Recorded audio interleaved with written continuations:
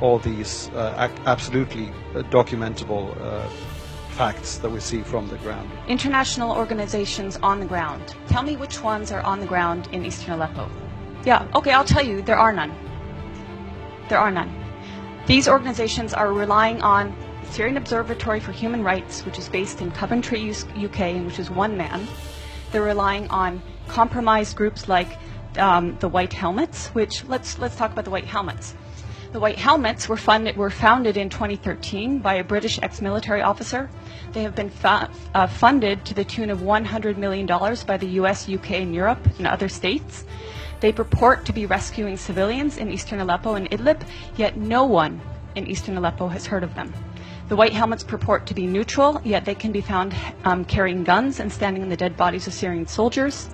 And their video footage actually contains children that have been recycled in different reports. So you can find a girl named Aya who turns up in a report in month, say, August, and she turns up in the next month in 2 different locations. So they are not credible. The SOHR is not credible. Unnamed activists are not credible. Your sources on the ground, you don't have them. The agenda of some corporate media, it is the agenda of regime change. How can the New York Times, I was reading it this morning, or how can Democracy Now!, which I was reading the other day, maintain until this day that this is a civil war in Syria? How can they maintain until this day that that the protests were unarmed and nonviolent until, say, 2012? That is absolutely not true. How can they maintain that the Syrian government is attacking civilians in Aleppo when every person that's coming out of these areas occupied by terrorists is saying the opposite? While the Syrians and while the Russians adhered to the tenets of the ceasefire, but the American-led coalition itself violated the ceasefire by targeting Syrian army positions in Deir ez-Zor, killing at least 83 Syrian soldiers in a prolonged attack that lasted nearly 1 hour and which enabled ISIS to overtake that position. What you hear in the corporate media, and I will name them, BBC, Guardian, New York Times, etc., on Aleppo is also opposite of reality. And they have manufactured stories, and I can give you a precise account.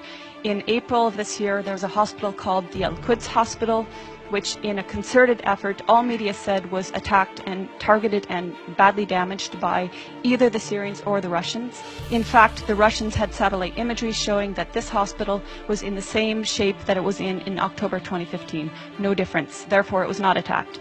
Months later, The Guardian, which is a prominent British newspaper, actually said the Al-Quds Hospital that it had alleged months prior to be attacked and destroyed was treating victims of so-called chemical weapons attacks.